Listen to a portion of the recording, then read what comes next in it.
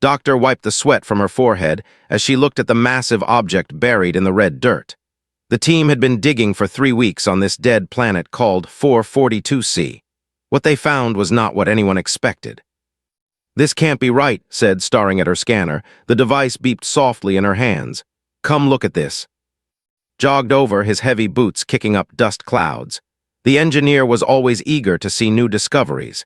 He took the scanner from and read the numbers twice. "These readings are impossible," said. His voice was quiet with wonder.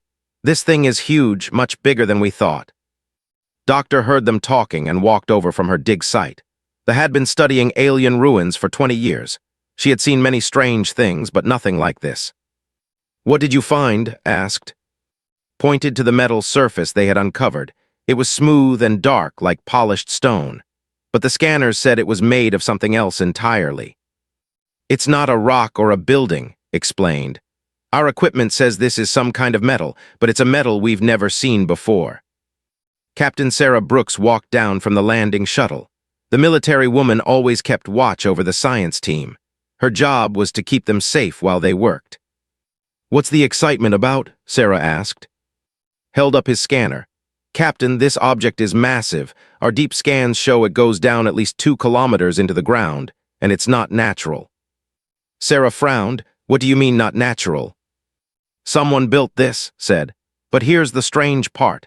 Our dating equipment says this thing has been here for over 65 million years. The captain's eyes went wide.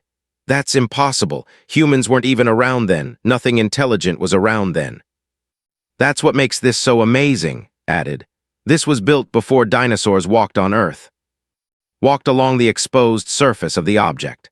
Her team had cleared away about 50 meters of dirt and rock, but the metal surface continued in both directions as far as they could see. "There's something else," said. He looked worried. "The shape is wrong for a building or monument." "What do you mean?" Sarah asked. Pulled out his tablet computer. On the screen was a 3D image created by their scanning equipment. The object was long and pointed at one end. It had what looked like engines at the back.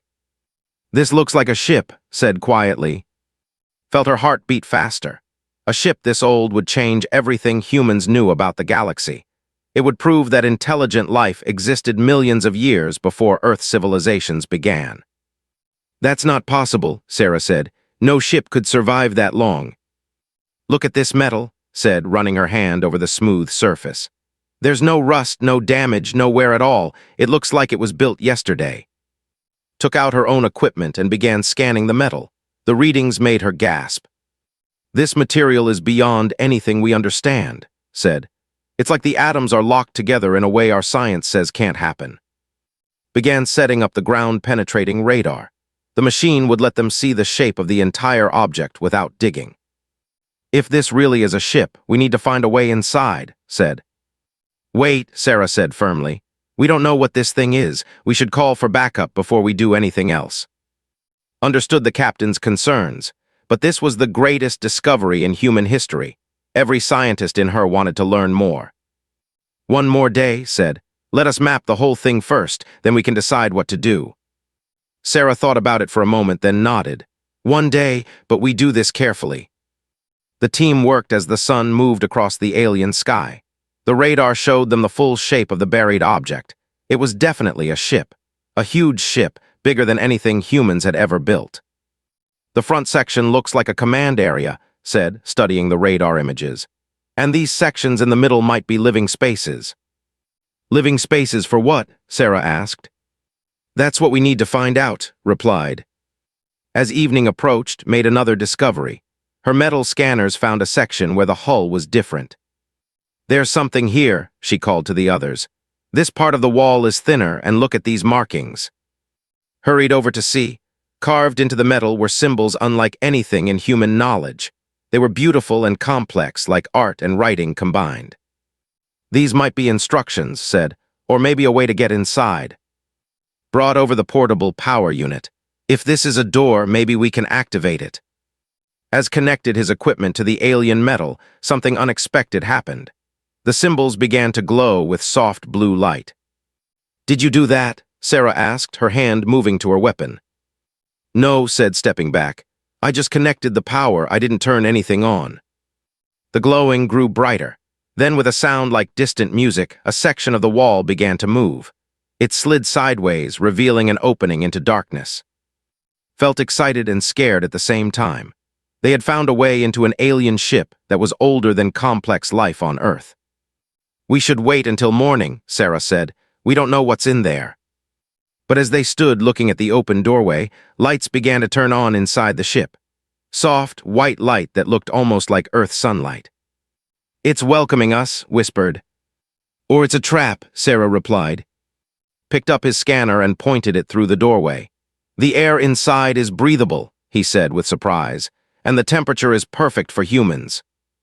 Made a decision that would change everything for humanity. She picked up her equipment pack and took a step toward the alien ship. "Wait," Sarah called. "This is why we came here," said. "To learn, to discover. If we walk away now, we'll always wonder what we missed." She took another step forward. The lights inside the ship grew brighter, as if responding to her presence. With her team following carefully behind her, walked into the alien vessel that had been waiting for humanity to find it for over 65 million years. Stepped inside the ancient ship and gasped. The walls were covered in smooth panels that glowed softly. The corridor stretched far ahead, curving gently to the left. Everything looked clean and new, as if the ship had just been built. "This is incredible," whispered behind her. His voice echoed strangely in the alien hallway. Captain Sarah entered with her weapon ready. Her eyes moved constantly, watching for danger. "Stay close together," she ordered. "We don't know what's in here." Pulled out her recording equipment. "Every step we take is making history," she said. "We're the first humans to walk inside an alien ship." The team moved slowly down the corridor. Their footsteps made soft sounds on the strange floor material. The walls showed no signs of age or damage. Everything looked perfect.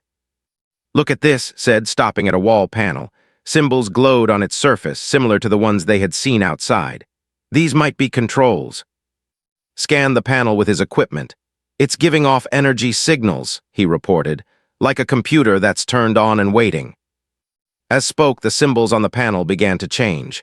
New patterns appeared and disappeared. The lights grew brighter. "It's responding to us," said with excitement. "The ship knows we're here." Suddenly, a voice filled the corridor. The words were strange and musical, like nothing any human had ever heard. The team stopped walking and looked at each other with wide eyes. "Did you understand any of that?" Sarah asked. "No," replied, but it sounded like a greeting. The voice spoke again, but this time the words were different. Still alien, but somehow closer to human speech. "It's learning," said with amazement. "The ship is listening to us talk and figuring out our language." The voice came a third time. Now could almost understand some words. It sounded like the alien speaker was trying very hard to communicate with them. "Hello," said clearly, speaking toward the glowing panels. "Can you understand me?" The ship went quiet for a long moment. Then the voice returned, clearer than before. "Lo," the voice repeated, copying's pronunciation. "Can understand. You." His heart raced. She was having the first conversation between humans and an alien intelligence. "Yes," she said. "We understand you. Who are you?" "I am," the voice paused as if searching for the right words. "I am Sentinel Prime. I have been waiting." "Waiting for what?" asked. "Waiting for you," Sentinel Prime replied. The alien voice was becoming more natural with each word. "Waiting for humans." Captain Sarah stepped forward. "How do you know about humans? This ship is millions of years old." "I have watched," Sentinel Prime said. "My builders left me here to watch and wait. They told me to wait for the ones who would come after." Couldn't contain his excitement. "Your builders, who built you?" "They called themselves the architects," the AI explained. "They traveled among the stars long ago. They left ships like me in many places." Felt dizzy with the importance of what she was hearing. "Why did they leave you here?" "To find the worthy ones," Sentinel Prime said. "To find those who could carry on their work." Recorded every word. "What kind of work?" "Protection," the AI replied. "Guardianship. There are dangers in the galaxy that return again and again. The architects fought these dangers for millions of years." Sarah's military training made her focus on the important details. "What kind of dangers?" The ship's lights dimmed slightly, as if Sentinel Prime was remembering something sad. "They are called the Devourers. They consume entire worlds. Every few million years, they return to harvest what has grown. Harvest what? Asked, though she was afraid of the answer. Life, Sentinel Prime said simply. Intelligence, they take everything and leave nothing behind. Felt a chill run down his back. Are they coming now? My sensors detect movement in the outer regions of your system, the AI replied. The Devourers have returned. They will reach you in approximately 47 of your days. Grab the wall panel for support. Earth had 47 days before alien invaders arrived. Can you help us fight them? That is why I waited, Sentinel Prime said. My builders left specific instructions. When the worthy species appeared, I was to share our knowledge and weapons.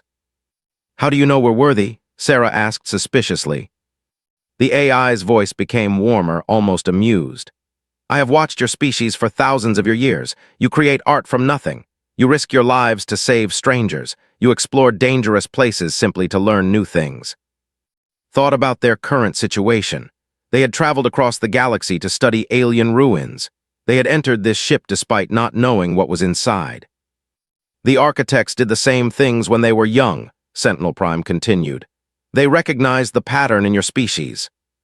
Was already thinking like an engineer. What kind of weapons and knowledge? I contain the complete technical database of architect civilization, the AI replied. Weapons that can crack planets, ships that travel faster than light without using your crude engines, energy sources that could power your entire world for millions of years.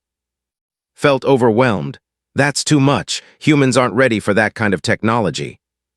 The architects thought the same thing about themselves once, Sentinel Prime said. Readiness comes through necessity. The Devourers will not wait for you to be ready. Captain Sarah made the decision that would define humanity's future. Show us what we need to know. The walls around them came alive with images and data. Star maps showing the movement of massive ships. Technical diagrams of weapons beyond human understanding. Pictures of dead worlds where nothing lived anymore. The Devourers are machines, Sentinel Prime explained as the images changed. But they learn to think like living beings. They are intelligent, but they follow patterns. They expect their enemies to behave in logical ways. Studied the tactical information floating before her. What's our advantage? Humans do not always behave logically, the AI replied with what sounded like amusement. You make choices based on emotion and creativity. You sacrifice for others even when it costs you everything. The Devourers cannot predict this behavior. Was already taking notes on his tablet. How do we start learning? I will teach selected individuals to interface with architect systems, Sentinel Prime said. But remember, the technology is only tools. Your strength as a species comes from who you are, not what weapons you carry. Looked at her team. They had come here as scientists and soldiers. Now they were humanity's only hope against an ancient enemy. When do we begin? She asked. We begin now, Sentinel Prime replied. Time is short and there is much to learn, but first you must contact your leaders. Humanity must be warned and prepared. As if responding to the AI's words, communication equipment throughout the ship came online. Humanity was about to learn that they were not alone in the universe, and that their survival depended on becoming something greater than they had ever imagined. Admiral James Harrison stared at the main screen in Earth Defense Command. The images coming from the outer solar system made no sense. Massive objects were moving between the planets, too large and too fast to be natural. Are you certain about these readings? He asked the technician. Yes, sir, Lieutenant replied. 12 objects, each one larger than our biggest space stations. They're heading toward Earth. His voice crackled through the communication system from the alien ship. Admiral, this is Doctor. You need to listen to me very carefully. Harrison had known for years. She was a serious scientist, not someone who made wild claims, but what she was telling him sounded like science fiction. Alien invaders, Harrison said. I need proof. Look at your screens, replied. Those ships out there are called Devourers. They've been destroying civilizations for millions of years. Sentinel Prime's voice joined the conversation. The alien AI had learned to speak perfect English in just 2 days. Admiral Harrison, the AI said, I am transmitting complete tactical data about the approaching enemy. You will see that your current weapons cannot stop them. Harrison watched his screens fill with information about the Devourer ships. The data was detailed and terrifying. Each enemy vessel carried enough firepower to destroy entire planets. "This has to be a mistake," Harrison muttered. Spoke from the alien ship. "Admiral, I've spent 2 days studying their technology. Our missiles and energy weapons will barely scratch their hulls." Lieutenant looked up from her station. "Sir, we're getting similar reports from observatories around the world. Everyone is seeing the same thing." President Maria Santos appeared on Harrison's communication screen. Her face was pale but determined. "Admiral, I've been reading the reports from Doctor's team," the president said. "How much time do we have?" 45 days until they reach Earth," Harrison replied, reading from Sentinel Prime's data. "And our chances of stopping them with current weapons?" Santos asked. Harrison looked at the tactical analysis on his screens. "Nearly zero, Madam President." His voice cut in again. "That's why we need to work with Sentinel Prime. The AI can teach us to use architect technology." "How long would that take?" Santos asked. "Unknown," replied honestly, "but we have to try." President Santos made the decision quickly. "Admiral, you have full authority to work with Doctor and this alien AI. Use whatever resources you need." Over the next week, everything changed. Sentinel Prime shared technical plans with human engineers around the world. The alien AI could communicate with any computer system on Earth, making the knowledge transfer incredibly fast. Dr. Sarah, Earth's best physicist, stared at the energy equations Sentinel Prime had given her. "This is impossible," she said. "These power sources violate every law of physics I know." "Your understanding of physics is incomplete," Sentinel Prime replied through her laboratory's speakers. "The architects learned to work with forces your science has not discovered yet." Meanwhile, in Earth's orbital shipyards, worked with teams of engineers to modify human spacecraft. The alien AI guided them through installing architect weapon systems on their ships. "The energy requirements are massive," complained Chief Engineer. "Our power systems can't handle this." "Replace them," Sentinel Prime instructed. "I am transmitting the designs for architect power cores." Spent her time learning to interface directly with architect computer systems. The process was difficult and sometimes painful, but it allowed her to understand the alien technology at a deeper level. "It's like learning a new language," she explained, too. "But the language is made of energy and mathematical concepts instead of words." Studied the historical records Sentinel Prime provided. The AI showed her images of previous devourer invasions. World after world turned into lifeless rocks. "They're very efficient," observed. "They strip away everything useful and move on." "They have perfected the art of harvesting," Sentinel Prime agreed. "But they follow predictable patterns. That will be their weakness against humans." Captain Brooks worked with military commanders around the world to coordinate Earth's defense. The alien AI helped them understand devourer tactics. "They always attack the same way," Brooks explained to her officers. "Overwhelming force in a straight line. They expect their enemies to respond logically to superior firepower." "What do you mean by logically?" asked Colonel Martinez. "Surrender or retreat," Brooks replied. "They don't expect their enemies to do something crazy." Admiral Harrison smiled grimly. "Then they don't know humans very well." As the days passed, ordinary people around the world learned about the approaching threat. Instead of panic, something remarkable happened. Humans began working together like never before. Factory workers volunteered for double shifts to build new ships. Students left school to help with construction projects. Nations that had been enemies shared resources and knowledge. "This is unexpected," Sentinel Prime observed. "Most species become divided when facing extinction. Humans are becoming more united." Watched the news reports from Earth. "That's what we do when things get really bad. We pull together." The first test of modified human ships came 3 weeks before the Devourers would reach Earth. A small squadron flew out to intercept Devourer scout ships near Jupiter. The human pilots had trained for only 2 weeks with the new technology. Their ships were hastily modified civilian vessels. By all logical reasoning, they should have been destroyed instantly. Instead, something amazing happened.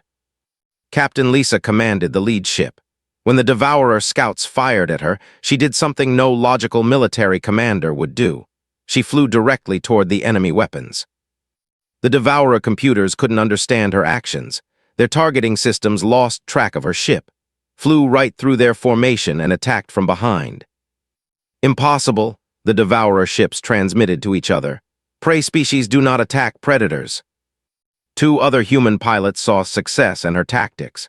They ignored safety procedures and did things their training said were suicidal, but those crazy actions worked.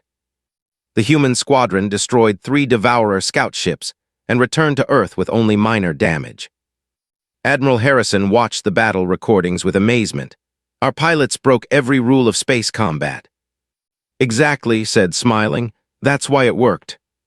Sentinel Prime analyzed the battle data with what seemed like satisfaction. The Devourers are confused. Their tactical computers cannot predict human behavior. They're about to get a lot more confused, Admiral Harrison said. He looked at the growing fleet of modified human ships gathering near Earth. Because we're just getting started. President Santos addressed the world that evening. Citizens of Earth, we face a threat unlike anything in human history, but we also have an opportunity to prove what our species is truly capable of. She paused, looking directly into the camera. The enemy expects us to be logical. They expect us to be predictable. They have no idea what humans do when someone threatens our home. Around the world, people watched their leaders with determination instead of fear. Humanity was about to show the galaxy what happened when you picked a fight with the wrong species. The Devourers were coming, but they were about to learn that some prey could bite back. The main Devourer fleet arrived exactly when Sentinel Prime had predicted. 12 massive ships, each 1 kilometer long, moved into Earth's solar system like dark mountains floating through space. Stood in Sentinel Prime's command center, now connected to the alien ship systems through neural links the AI had taught her to use. Through the ship's sensors, she could see everything happening in the solar system. Their formation is perfect, she observed, just like the historical records showed. The Devourers have used the same attack pattern for millions of years, Sentinel Prime replied. It has always worked before. Admiral Harrison's voice came through the communication system. All ships, this is command. Remember your training. When things get crazy, get crazier. Smiled despite the danger. Only humans would use that as a battle strategy. The first engagement happened near Mars. The Devourer ships expected human forces to meet them in organized battle lines. Instead, Earth's modified ships came from everywhere at once. Captain led a squadron of converted cargo haulers. Their ships looked clumsy compared to the sleek Devourer vessels, but they carried architect weapons that could punch through any armor. Target the big one in the center, ordered her pilots. Ma'am, that ship has 50 times more firepower than all of us combined, her wingman replied. Then we better not let it shoot at us, said cheerfully. The human ships split apart and attacked from 6 different directions. Half of them flew in spirals, making it impossible for the Devourer targeting computers to predict their movements. The Devourer commander transmitted to his fleet in confusion. Enemy tactics make no sense. They sacrifice tactical advantage for unpredictable movement. What the Devourers didn't understand was that humans had never had tactical advantages. For thousands of years, humans had won battles by being more creative than their enemies. Piloted a mining ship that had been converted into a mobile weapons platform. His job was to support the main attack by creating chaos. This is insane, his co-pilot said as flew their massive ship between 2 Devourer vessels. Exactly, replied, activating their new architect mining beams. Insane works against these guys. The mining beams were designed to cut through asteroids. They cut through Devourer armor just as easily. Meanwhile, in Earth's orbital shipyards, something remarkable was happening. Civilian engineers had figured out how to build architect technology faster than the original creators.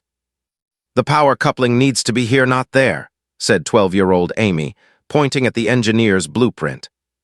Chief Engineer looked at the young girl with amazement. How do you know that? Because that's how my grandmother wires her electronics, Amy replied. Energy wants to flow in the simplest path. Tried Amy's suggestion, and watched in wonder as the architect power core activated perfectly. Sentinel Prime observed this through the shipyard's computers. Remarkable, human intuition solves problems that architect logic could not. The battle moved closer to Earth as more Devourer ships engaged human forces. Every engagement followed the same pattern. The Devourers used perfect military tactics. The humans did whatever seemed like a good idea at the moment.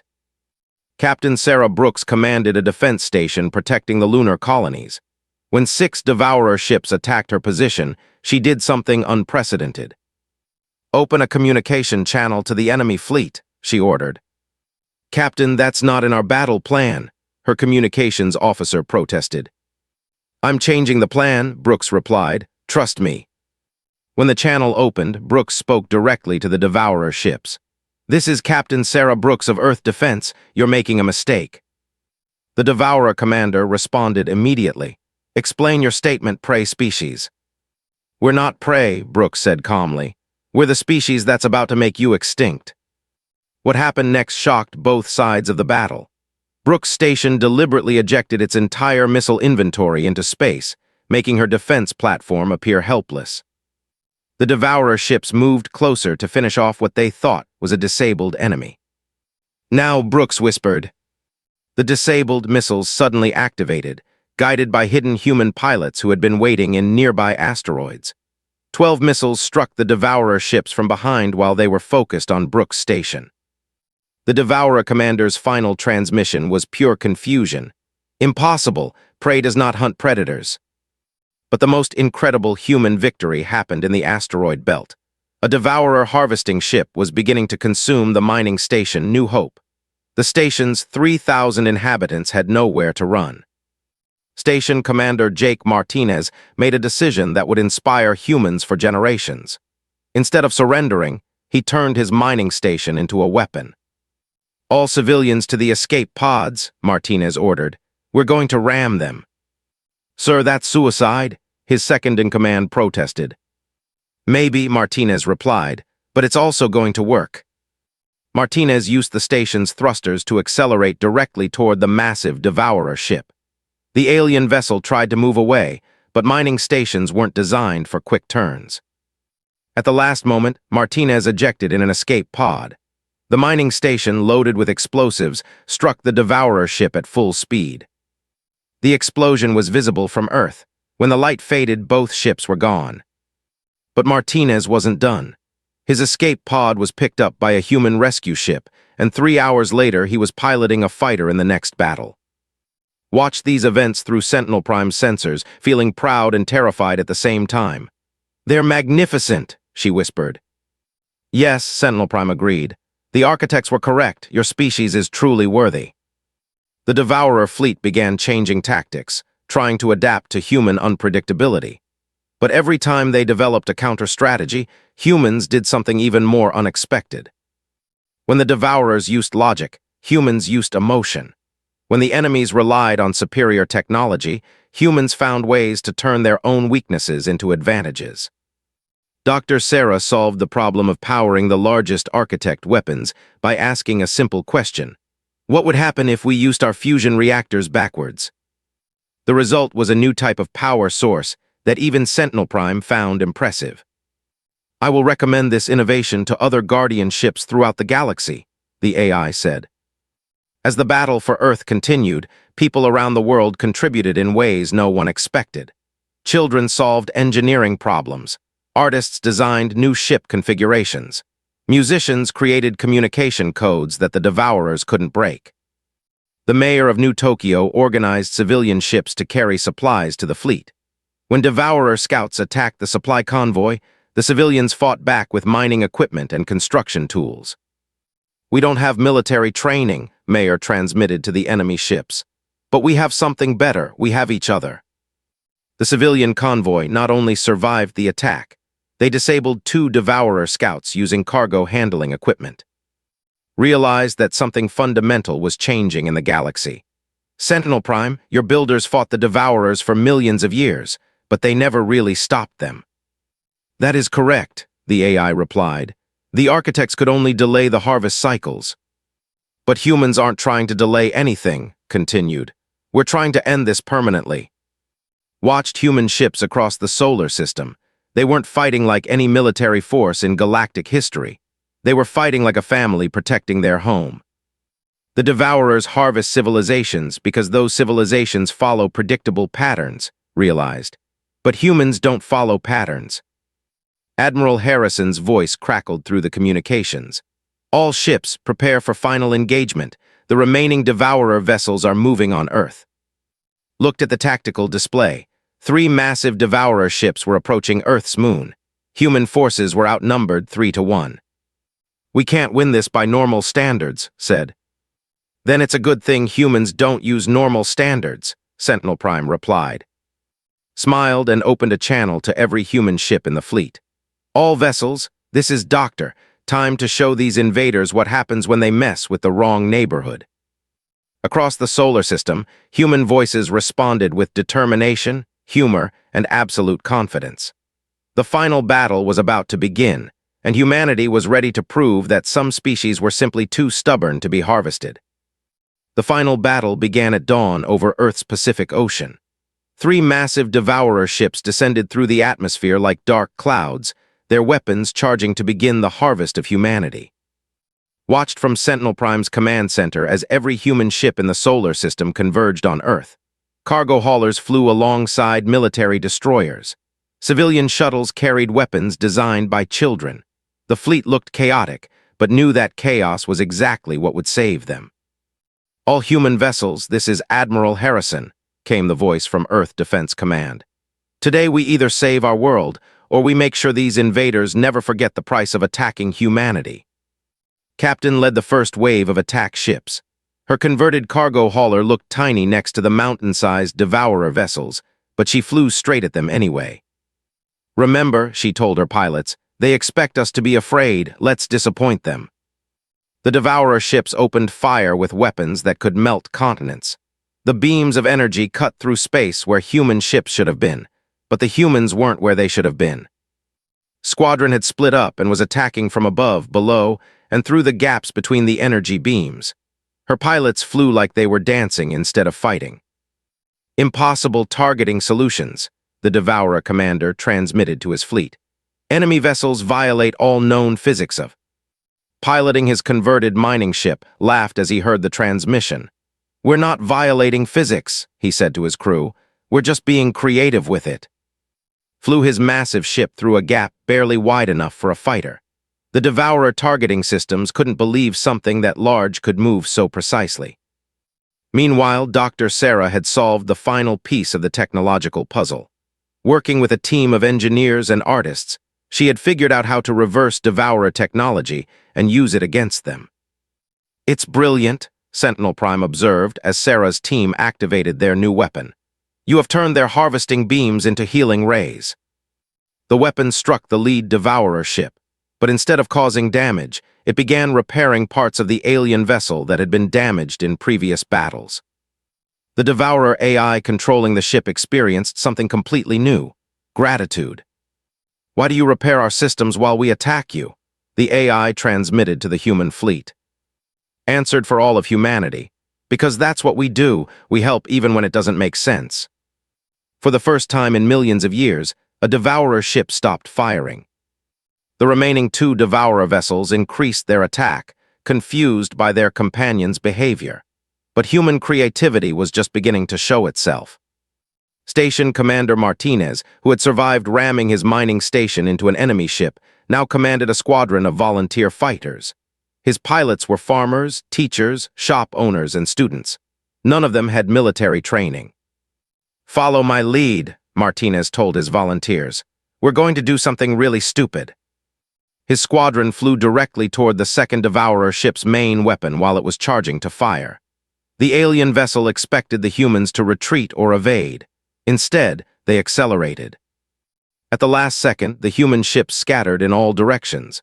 The Devourer's massive energy beam fired at empty space, while human fighters attacked from point-blank range. "Prey does not approach predators during feeding," the confused Devourer AI transmitted. "We're not prey," Martinez replied. "We're the cleanup crew." His volunteers destroyed the ship's main weapon using nothing but mining lasers and construction explosives. The third Devourer vessel tried a different approach. It transmitted surrender signals to the human fleet.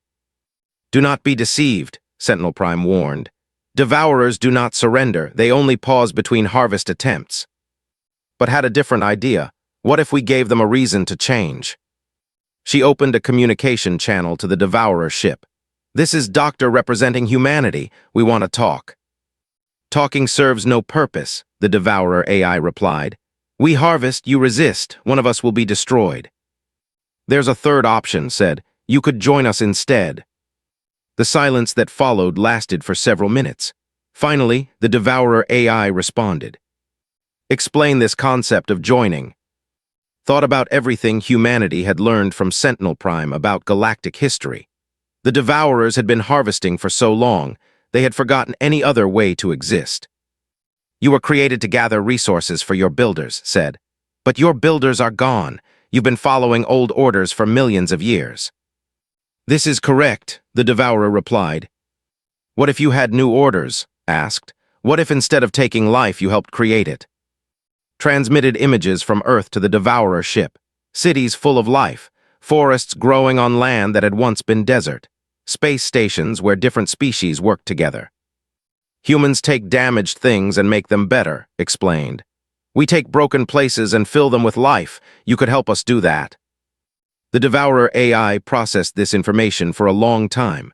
Finally, it responded with something that shocked everyone. We would like to try this new purpose. The massive ship powered down its weapons and transmitted technical specifications to the human fleet. The Devourers were offering to share their technology for peaceful purposes. Sentinel Prime observed this development with what seemed like amazement. In all the history of the galaxy, no species has ever convinced Devourers to change their purpose. Maybe no one ever asked them nicely, replied. Over the following weeks, an incredible transformation began. The Devourer ships that had come to harvest Earth instead became partners in rebuilding what the galaxy had lost. Their technology, combined with architect knowledge and human creativity, made miracles possible. Dead worlds began to bloom with new life. Species that had been destroyed by previous harvests were recreated from genetic records. Stood on the bridge of humanity's first guardian ship, a vessel that combined the best of 3 different civilizations. Sentinel Prime had transferred its consciousness to the ship's computer systems, becoming humanity's permanent advisor.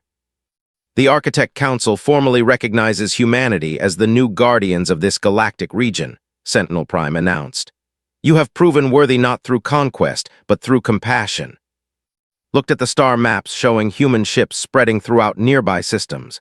Each ship carried the same message that would define humanity's new role in the galaxy. Piloted one of those ships to a distant star system where a young species was just beginning to explore space. When they detected his ship, they transmitted the universal greeting for first contact. Smiled as he replied, Hello, we're here to help. What do you need? Dr. Sarah led a scientific expedition to study a mysterious energy phenomenon near the galactic core. Her team included humans, former Devourers, and AIs from a dozen different extinct civilizations that had been saved in computer storage. Working together, we can understand anything, Sarah told her diverse crew.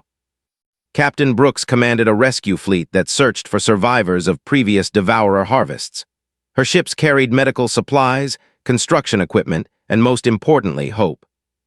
No one gets left behind, was her motto. Not anymore. Watched all of this from her position as humanity's first Guardian commander. The responsibility was overwhelming, but she wasn't carrying it alone. Every human in space was part of the new Guardian network. The architects protected the galaxy through strength, Sentinel Prime observed. The Devourers controlled it through fear. How will humans do it? Thought about everything that had brought them to this point. Humans who risked their lives for strangers. Scientists who shared knowledge freely. Engineers who built tools to help instead of harm. Through friendship, said simply. President Santos transmitted from Earth to congratulate on humanity's new role. The people of Earth are proud of what you've accomplished out there. We couldn't have done it without everyone, replied. From the scientists who made first contact to the children who solved our engineering problems, this victory belongs to all of humanity. As spoke, construction teams finished building humanity's first Guardian Academy on the moon. Young people from around the solar system would come there to learn about their new responsibilities as protectors of galactic civilization. The Academy's motto, carved above its main entrance, captured everything humanity had learned. "We are stronger together." Received a transmission from the edge of the galaxy. Another Guardian ship, left by the architects millions of years ago, had detected humanity's success and was requesting permission to join their network. "Of course," replied, "everyone's welcome." Sentinel Prime calculated the implications of humanity's expanding influence. At this rate, the entire galaxy will be under Guardian protection within 1,000 years. "Good," said, "then no one will have to face the Devourers alone ever again." She looked out at the stars, knowing that human ships were already carrying hope to distant worlds. Some of those ships would find civilizations ready to join the galactic community. Others would find species that needed help to survive. All of them would find humans ready to lend a hand. The age of harvesting was over. The age of gardening had begun. And humanity, the species that had turned enemies into friends and chaos into victory, would make sure the galaxy bloomed with life for millions of years to come. In the end, the greatest weapon humanity brought to the galaxy was the simplest one: the willingness to care about strangers and help them succeed. It was enough to change everything,